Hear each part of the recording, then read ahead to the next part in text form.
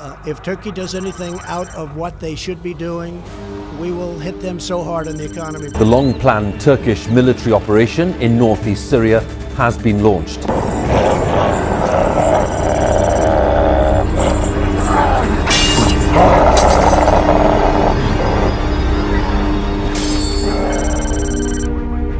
اگر ہم احادیث نبوی صلی اللہ علیہ وسلم کی روشنی میں اس دنیا کا مستقبل اور انجام جاننے کی کوشش کریں تو متعدد اقوال رسول اس بابت ہماری رہنمائی فرماتے ملتے ہیں، اور خاص طور پر آخری زمانے میں انسانیت کو کن کن فتنوں سے پالا پڑنے والا ہے ان کے بارے میں بھی واضح اشارات ملتے ہیں، جن میں سے ایک فتنہ دجال بھی ہے، جس کے بارے میں ارشاد نبوی کا قریب مفہوم ہے کہ حضرت نوح سے لے کر تمام انبیاء نے اپنی امت کو اس کے شر سے اللہ کی پناہ مانگنے کی تلقین کی، جبکہ آج کی اس ویڈیو میں ہم یہ جانچنے کی کوشش کریں گے کہ کیا ترکی یعنی قسطنطنیہ آخری دور میں ایک دفعہ پھر عالم اسلام کے ہاتھوں سے نکل سکتا ہے، اور اس سے قبل حالات و واقعات کی بننے والی تصویر کے مطابق اس دنیا اور خاص طور پر عالم اسلام کو کن حادثات کا سامنا کرنا پڑے گا۔ ناظرین، میں ہوں محمود ریاض اور آپ دیکھ رہے ہیں اسپریڈ دی اسلام،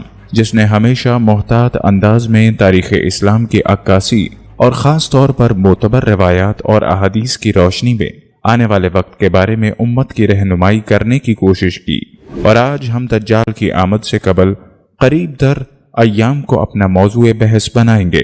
لیکن اس سے قبل نئے دوستوں سے ہماری درخواست ہے کہ وہ پہلے چینل کو سبسکرائب کر کے ساتھ موجود نہ بجنے والی گھنٹی کی علامت کو بھی دبا دیں۔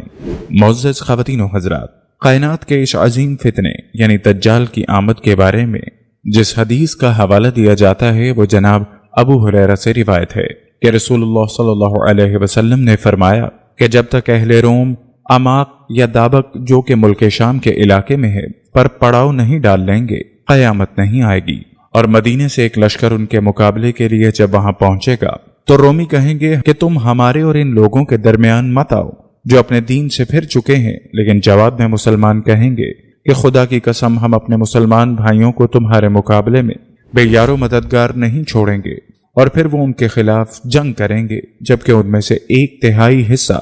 پیٹھ پھیر کر جہنم کا مستحق بن جائے گا، جبکہ 1/3 حصہ شہادت کے اعلیٰ مقام سے سرفراز ہوگا، اور 1/3 حصے کو رومیوں کے مقابلے میں فتح حاصل ہو جائے گی، اور یہ لوگ کبھی انتشار کا شکار نہ ہوں گے، اور پھر مسلمان قسطنطنیہ کو فتح کریں گے، جس کے بعد جب وہ اپنی تلواریں زیتون کی شاخوں سے لٹکائے مال غنیمت کی تقسیم میں مشغول ہوں گے کہ شیطان رجیم یہ جھوٹی آواز بلند کرے گا تو کہ تمہارے گھروں میں مسیح دجال داخل ہو چکا ہے، لیکن جب وہ یہ سن کر واپسی کی راہ لیں گے تو اس دوران حقیقت میں دجال کا خروج ہو چکا ہوگا۔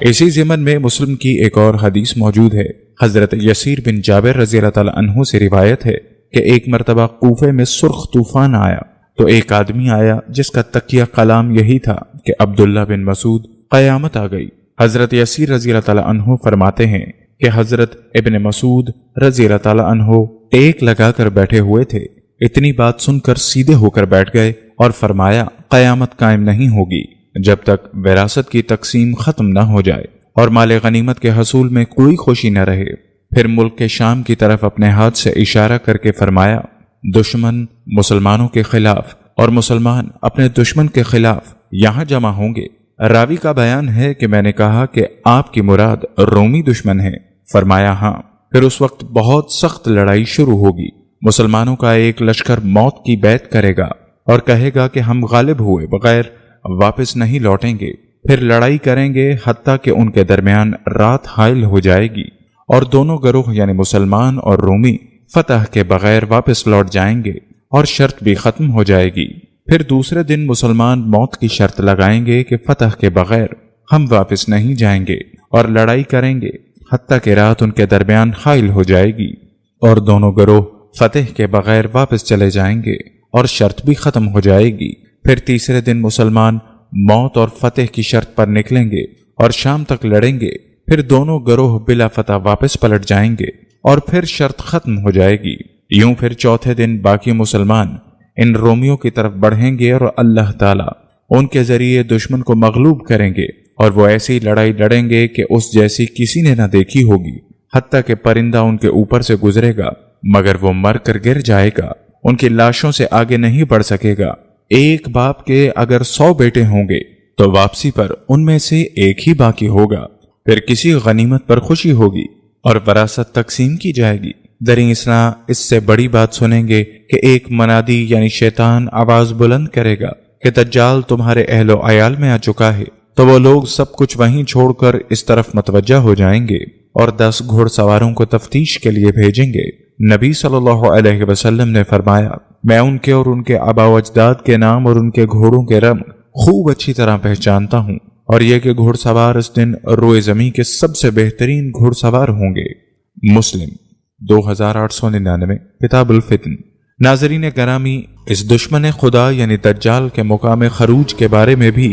احادیث میں واضح اشارے موجود ہیں۔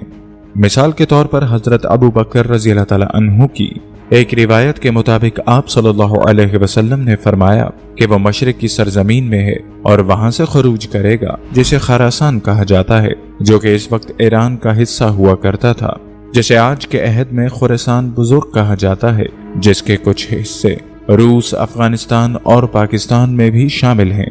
حضرت معاذ بن جبل رضی اللہ تعالی عنہ کی روایت کردہ ایک حدیث کے مطابق آپ صلی اللہ علیہ وسلم نے فرمایا کہ بیت المقدس کی آبادی مدینے میں خرابی کا پیش خیمہ ہوگی، اور مدینے کی خرابی جنگوں کا سبب بنے گی، اور ان جنگوں کا انجام قسطنطنیہ کی فتح پر ہوگا، اور قسطنطنیہ کی فتح دجال کے خروج کی علامت ہوگی۔ ناظرین گرامی، حدیث نبوی صلی اللہ علیہ وسلم کے مطابق دجال کے خروج پر مسلمان اس کے خلاف جنگ کی تیاری کریں گے، اور جب وہ نماز کے لیے اپنی صفیں درست کر رہے ہوں گے اور اقامت کہی جا چکی ہوگی کہ اللہ ان کی نصرت کے لیے حضرت عیسیٰ ابن مریم کو اتارے گا، اور پھر مسلمان ان کی قیادت میں دجال کے مقابلے پر نکلیں گے۔ دجال لعین حضرت عیسیٰ ابن مریم کو دیکھ کر اس طرح گھلنے لگے گا جیسے نمک پانی میں گھلتا ہے، اور اگر جناب عیسیٰ اسے قتل نہ بھی کریں تو وہ خوف سے مر جائے گا، لیکن آپ اس کو قتل کر کے مسلمانوں کو